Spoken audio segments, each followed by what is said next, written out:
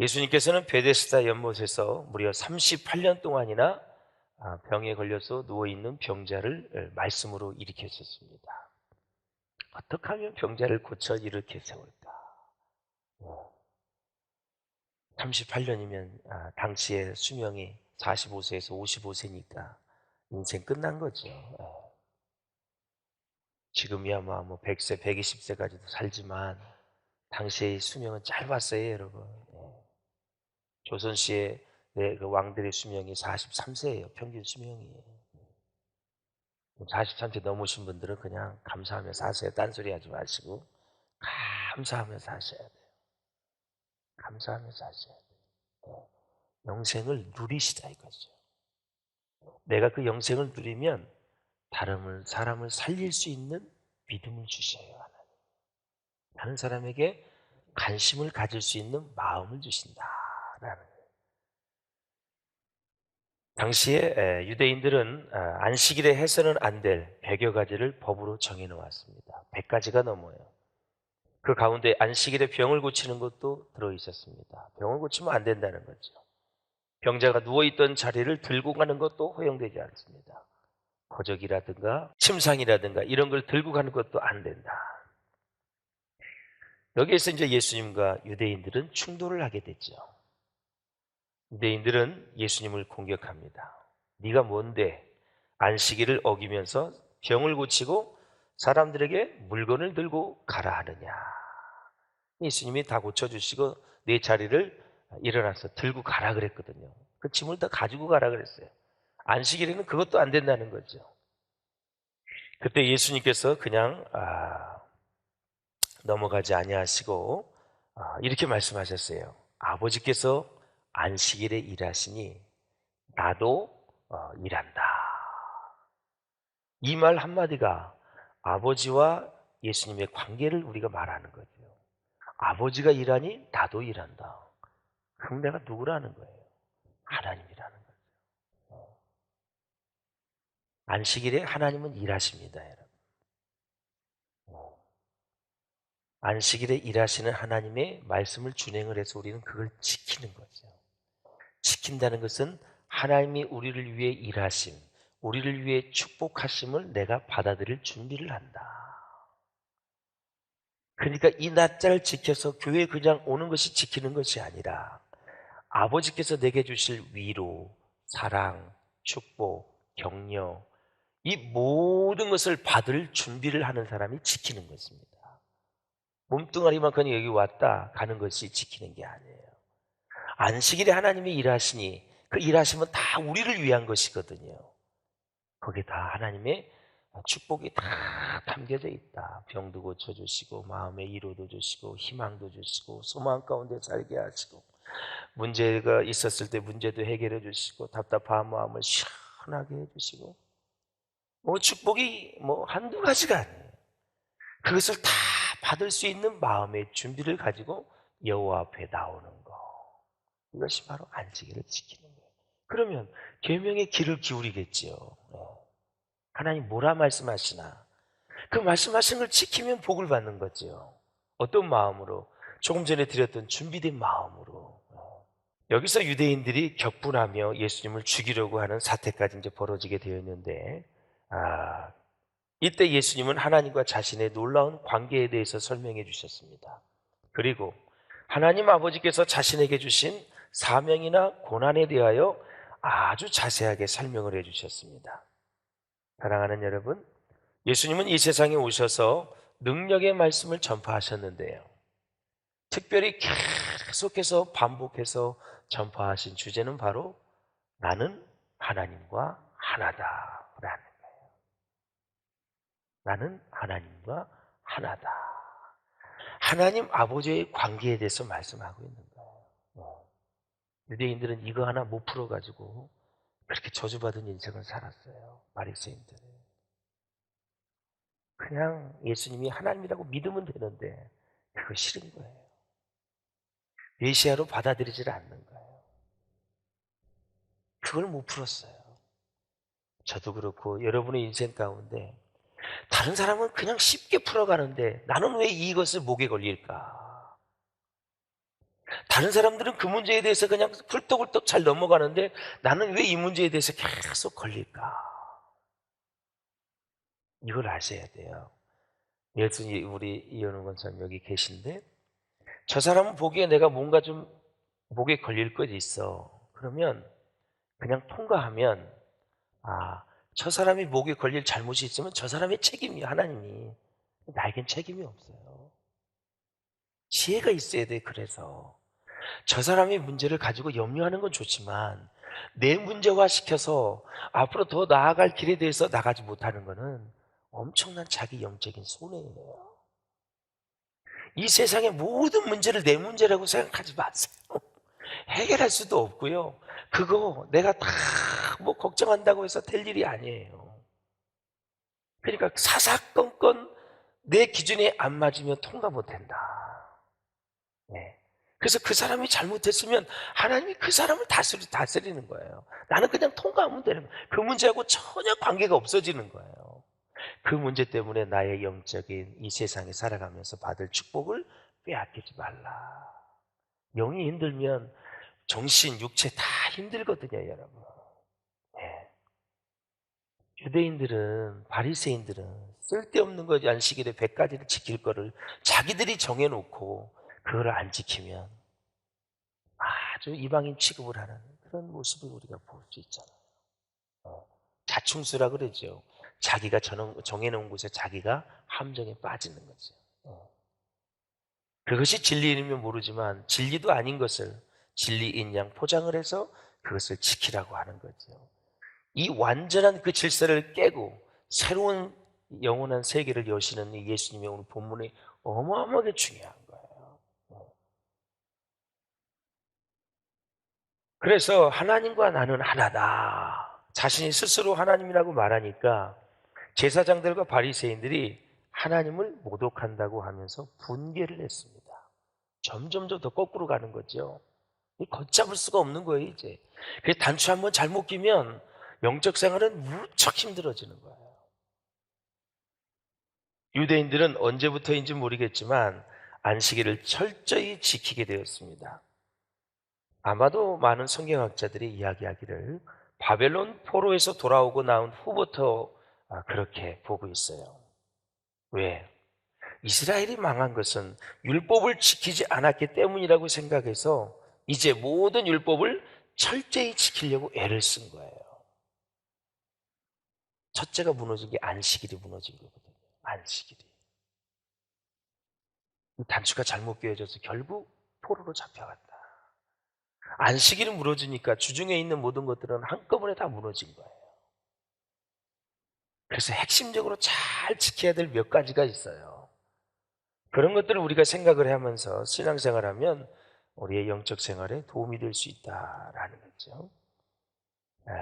자, 사랑하는 여러분, 율법을 지키려고 그렇게 애를 많이 썼는데 그럼에도 불구하고 세월이 흐르다 보니까 그 속에 있는 정신, 율법의 정신은 다 없어져 버리고 규칙 자체만 강조하는 하나의 관습법처럼 되어버리고 마는 거죠. 예수님은 비판하는 유대인들을 향해 이렇게 말했어요. 17절에. 한번 같이 읽어보세요. 시작. 내가 안식일에 일하시니 나도 일한다. 아멘. 내 아버지가 안식일에 일하시니 나도 일한다. 도대체 일한다는 의미가 무엇인가? 사랑하는 여러분, 예수님은 하나님 아버지가 지금도 병든 자와 가난한 자, 세상에 천대받는 자들을 위하여 일하고 계시는데 아들인 자기가 왜 그 일을 못하겠느냐 반문하시는 거예요. 사실 유대인들이 안식일이 하나님의 날이기 때문에 영업행위나 장사행위를 금지한 것은 타당한 것입니다. 그러나 더욱더 중요한 것은 무엇을 하지 말아야 하는 것보다는 무엇을 해야 하느냐가 더 중요한 것입니다. 이게 굉장히 오늘 의미 있는 말씀이에요. 유대인들이, 바리새인들이, 제사장들이 만들어 놓은 율법이 100개 이상 된다 그러지. 안식일이 지켜야 될 것만. 난 그건 안 지켜도 된다. 그 이유가 뭐냐? 안식일에는 하나님이 일하시는데 내가 하나님이 보내신 아들이어서 내가 하나님이니까 일을 한다. 사람들이 지켜야 될 그 율법에 나를 얽매이지 말아라. 나는 피조물이 아니라 하나님이다 라는 거예요. 그래서 일을 하니 너 다치 말하지 마. 나는 하나님이야. 그런데 유대인들은 하나님이라고 메시아라고 안 받아들이니까 너도 똑같은 사람이야. 그러니까 지켜. 이거 아닙니까, 여러분? 그래서 예수님은 이런 사건을 통해서 그들이 계속 메시아로 안 받아들이니까 병을 고치는 것이 중요한 것이 아니라 그 병을 고침으로 인해서 죽은 자를 살려줌으로 인해서 제발 내가 하나님의 아들로 하나님으로 오는 것, 이걸 믿으라 이거예요. 믿으라. 그래서 그 많은 기적과 표적을 보여주신 거예요. 사랑하는 여러분, 늘 말씀을 드리잖아요. 사람의 아들은 사람이잖아요. 여러분의 아들은 다 사람이잖아. 하나님의 아들은 하나님이셔요. 우리 강아지의 새끼들은 다 강아지 아닙니까? 강아지 새끼가 사람이에요? 아니지요. 염소의 새끼는 염소예요. 소의 새끼는 송아지고요. 개의 새끼는 강아지고요. 하나님의 아들은 하나님이시다. 그래서 계속 아들 되심을 그렇게 말씀하는 거예요. 사랑하는 여러분, 예수님은 내가 하나님의 아들이기 때문에, 즉 나는 하나님이기 때문에 안식일에 매이지 않고 죽어가는 피조물들을 위해 일하신다. 정리를 하면 그렇게 되는 거예요. 생명을 살리는 일에 관심을 가지고 일하신다라는 생명을. 사실 예수님이 안식일에 바리새인들이 한 얘기 중에 생명을 살리는 일에 다 관계된 거잖아요. 자, 밀밭을 지나가다가 밀밭을 벗겨서 먹었어요. 너무 배고파. 생명에 관련되는 거죠. 구렁텅이에 빠진 염소나 양을 건져냈어요. 병자를 고쳤어요. 38년 된 환자를 고쳤어요. 18년 된 환자를 고쳤어요. 죽었던 사람도 살렸어요. 이게 다 생명을 살리는 거예요.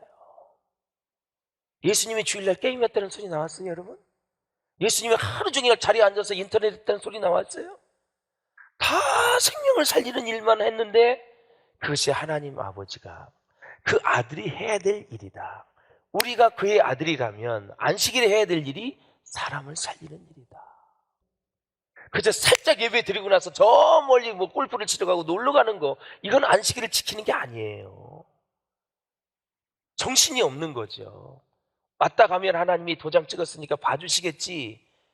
벌써 하나님은 그 마음의 동기를 다 아시는데. 그러하기 때문에 이 정신이 중요한 거예요. 그래서 신앙생활을 말씀을 제대로 배우셔야 돼요. 그냥 도장 찍고 갔다고 해서 안식일을 지킨 게 아니에요. 구원보다 더 소중한 게 어디 있어요, 이 세상에. 하나님의 자녀된 것보다, 죄사함보다, 자녀되는 권세보다 좋은 게 어디 있어요. 가져와 보세요. 없어요. 그래서 예수님이 계속해서 지금 그렇게 말씀하시는 거예요. 기독교의 생명은 예수님이 하나님의 아들 되심에 있는 거예요. 만일 예수님이 하나님의 아들이 아니라면, 죽은 지 3일 만에 부활하지 못하셨다면 기독교는 다 사기극이에요. 사기극이에요.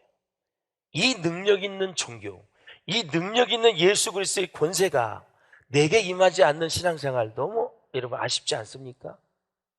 하나님의 자원은, 하나님의 능력은, 하나님의 권세는 무한한데 전혀 우리가 그걸 누리지 못한다면 얼마나 불쌍한 인생이에요. 당장의 사업의 문제가 아니에요. 당장의 돈 문제가 아니에요.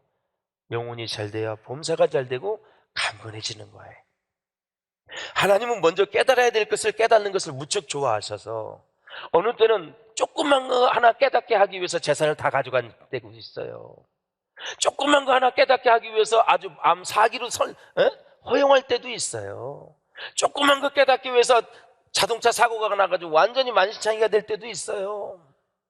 이거를 깨달으면, 이것을 내 마음속에 내가 진짜 자각을 하게 되면 하나님 말씀 하나하나 소중하게 깨닫고 지키는 것이 즐거움이다라는 거예요. 할렐루야. 천만금을 가져도 영적인 어두움에 사는 것보다 그 은금을 다 빼앗아가고 내가 빈털터리가 되어도 내가 예수 믿고 구원받아 예배를 소중히 여기는 말을 가졌다면 하나님 그 물질 다 가져가시는 거예요. 이 원리를 깨달으셔야 돼요. 하나님의 나라의 가치는 이 세상의 그 어떤 것과도 비교할 수가 없어요. 이걸 깨달으면 여기서 말씀을 전하는 게 얼마나 위대한 것이고 얼마나 거룩한 것이고 얼마나 복된 것인지를 알 수가 있어요. 그래서 저는 다시 태어나도 목회하고 싶어요. 힘들어도. 이렇게 힘든 인생을 살아왔는데 그래도 목회하고 싶어요. 왜? 영혼이 소중하기 때문에. 이게 최우선의 가치이기 때문에. 우리를 주의 사역으로 부르신 분이 누구냐? 하나님 아닙니까? 눈물겹도록 감사하지요. 그놈의 돈 있으나 많아야 나중에 보면은 죽을 때 보면은 돈 10원도 가져갈 수가 없어. 이 땅에 생명이 있는 날 동안 얼마나 사람을 살리느냐, 영적으로 새롭게 하느냐, 하나님의 자녀로 세우느냐, 이게 중요한 거예요. 그걸 신약적인 표현을 하면 제자화 하잖아요. 제자 훈련. 주님의 진정한 제자로 만드는 게 그렇게 중요하다라는 거죠. 사랑하는 여러분, 구약의 선지자들이 예언한 메시아 우리가 알지요. 사랑하는 여러분, 자, 사람들 사이에도 아버지와 아들 사이에 이 특별한 친밀한 그런 관계가 있듯이 예수님은 하나님과 아들 사이에도 그런 것이 있다고 말씀하시는데 오늘 19절 20절을 한번 읽어보세요. 시작. 그러므로 예수께서 저희에게 이르시되 내가 진실로 진실로 너희에게 이르노니 아들이 아버지께서 하시는 일을 보지 않고는 아무것도 스스로 할 수 없나니 아버지께서 행하시는 그것을 아들도 그와 같이 행하느니라. 아멘. 예수님은 유대인들의 반발과 비난에도 불구하고 다시 자기를 하나님과 동등하다는 사실을 말씀하고 계십니다. 이런 걸 보면은 우리가 예수님을 믿고 그 영적으로 자라감에 있어서 그 아들 되심에 대해서 우리가 확실하게 깨닫는다면 왜 아들이 됐을까? 하나님이 죽기 위해서 아들이 된 거잖아요. 그렇죠? 우리 사람의 낳는 그 독자가 아니에요. 독생자라는 것은 헬라어로 보면은 하나님과 아버지의 단 한 번밖에 없는 관계를 그냥 독생자라 그런 거예요.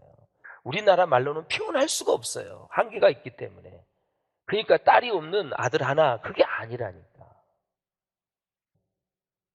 사람으로 오셨지만 단 유일, 단 한 번만 있는 하나님만 아버지와 예수님과의 관계를 그냥 독생자라 그러는 거예요. 이거는 두 번 다시 없어요.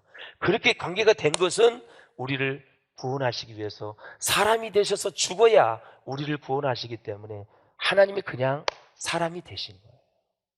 표현할 길이 없기에 우리는 그냥 독생자라고 얘기하는 거예요. 이게 깨달아지면 며칠을 울어야 돼요. 그 아들로 왜 오셨을까?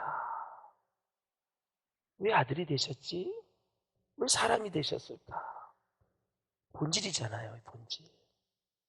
우리의 죄를 사해 주시기 위해서 지옥 가지 않도록 이 세상에서 마귀를 이기고 승리할 수 있도록 아들이 되신 거예요. 왜 아들이 되셨냐? 십자가에 죽기 위해서 아들이 된 거예요. 그 십자가를 또 묵상하는 거죠. 그러면 내가 져야 될 저 십자가를 주님이 지셨단 말이죠. 얼마나 감사해요, 여러분. 못 하나 찔리지 않고 구원받았고 가시면류관 한 번 쓰지 않고 구원받았고 창 한 번 찔리지 않고 구원받았고 못 한 번 박히지 않고 구원받았는데 왜 현대인들이 이걸 잊어버리냐 이거죠. 왜 잊어버리느냐?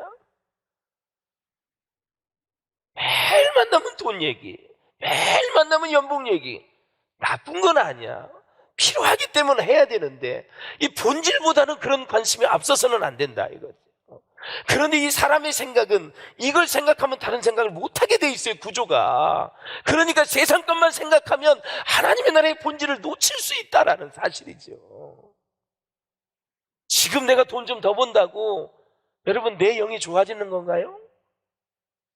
소유의 개념으로 인해서 마음이 든든해지고 성취욕이지 내 영적인 만족이 아니잖아요. 언제 좋아져요? 물질 가지고는 하나님 앞에 드릴 때, 나눌 때 그때 하나님이 진정한 행복을 주는 거예요. 벌 때 주는 게 아니라 영적으로 보면은 드릴 때, 사람과 나눌 때, 지진이 났어, 전쟁이 났어, 이럴 때 도와줄 때, 예. 그때 여러분 물질을 통해서는 영적으로 성장하는 거예요. 내가 쓸 때는 계속해서 내 마음의 정신적인 거, 혼적인 부분만 커지는 거예요. 그게 자랑이 되는 거예요. 5천만 원짜리 명품 가방 들고 다닐 때 거기에서 영성이 막 묻어나나요? 그걸 살 때, 나는 진짜 대단한 가방을 들고 다녀. 누가 지금 안 봐주나? 막 이렇게 들어가지고 막 보게 하고 막. 절대 거기에서 영이 성장하는 게 아니에요. 물질은 드리고 나눌 때 성장하는 거예요. 그러니까 조심하라는 거예요. 이런 설교 들어보셨어요, 여러분? 물질을 가지고 이렇게 하는 거 들어보셨냐고요. 근데 우리나라는 물질만 많으면 믿음이 많은 걸로 생각해. 진짜 그럴까요? 아니에요, 여러분. 아니에요. 20절을 한번 읽어보세요. 20절 시작. 아버지께서 아들을 사랑하사 자기의 행하시는 것을 다 아들에게 보이시고 또 그보다 더 큰 일을 보이사 너희로 귀히 여기게 하시리라. 아멘. 그래서 사랑하는 여러분, 바리새인들은 돈을 사랑하는 자들이라 그랬어요. 결국은 예수님이 마지막 직격탄을 날려요. 끝까지 뭐 안식일도 얘기하고 뭐 규칙도 얘기하고 법칙도 얘기하면서 전곡을 찌르지요. 바리새인들은 돈을 좋아하는 자들, 사랑하는 자들이다. 거기까지 다 가는 거예요. 예수님의 비유 3분의 2가 다 물질에 관한 것들이에요. 그러면 우리가 세상된 건축의 비전이 있어요. 그럼 이걸 좋게 보고 나의 비전으로 삼으면 드리고 나눌 때 내 영이 하나님 앞에 탁 합격증을 받는 거예요. 그거 외에 또 다른 생각을 할 필요가 없는 거예요. 힘들고 어려우면 계속 이 비전이 잘 이루어질 수 있도록 기도만 하시면 되는 거예요. 딴 생각은 절대 할 필요가 없는 거예요. 왜? 하나님이 주신 비전을 교회에 줬는데 내가 그것을 동의 안 한다고 해서 뭐 저기 할 계제가 아니거든요. 너무나 우리는 세상적인 생각을 많이 하는 거예요. 본질로 들어가고 말씀을 깨달으면 우리는 진짜 단 한 시간도 하나님의 은혜를 놓치지 않고 승리할 수가 있어요. 오늘 2부 예배 여러분 정말 은혜 가운데 나오셨는데 하나님께서 여러분을 위로해 주시기를 바라고 하나님께서 앞으로 하실 가장 놀라운 일은 모든 죽은 자를 다시 살리시는 일이다 라는 거예요. 그러므로 사랑하는 여러분 오늘 한번 25절 26절 한번 같이 읽어보겠습니다. 시작.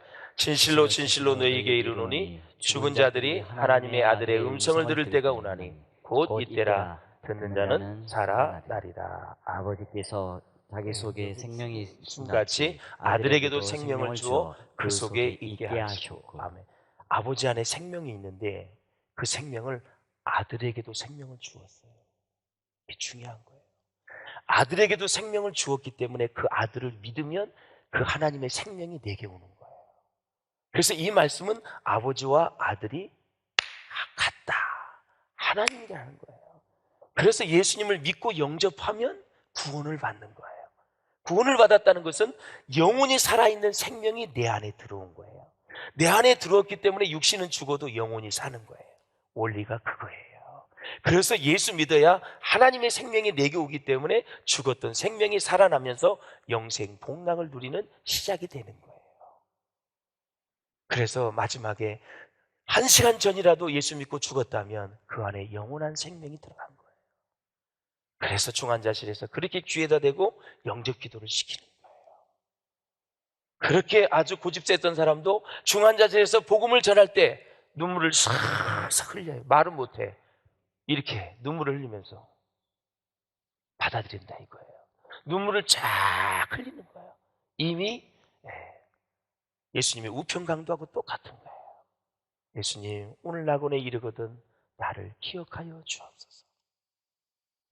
오늘 내가 나와 함께 낙원에 이르리라. 순간이에요. 받아들이면 되는 거예요. 우리의 생명이 다 하나님을 통해서 왔으니 우리 남은 생에 정말 하나님 아버지와 아들의 관계를 생각하고 나도 하나님의 자녀이다. 자녀된 권세를 가지고 이 세상을 정말 복음을 전하며 사람을 살리는 일에 여러분들이 쓰임 받을 수 있기를 주의 이름으로 축원합니다.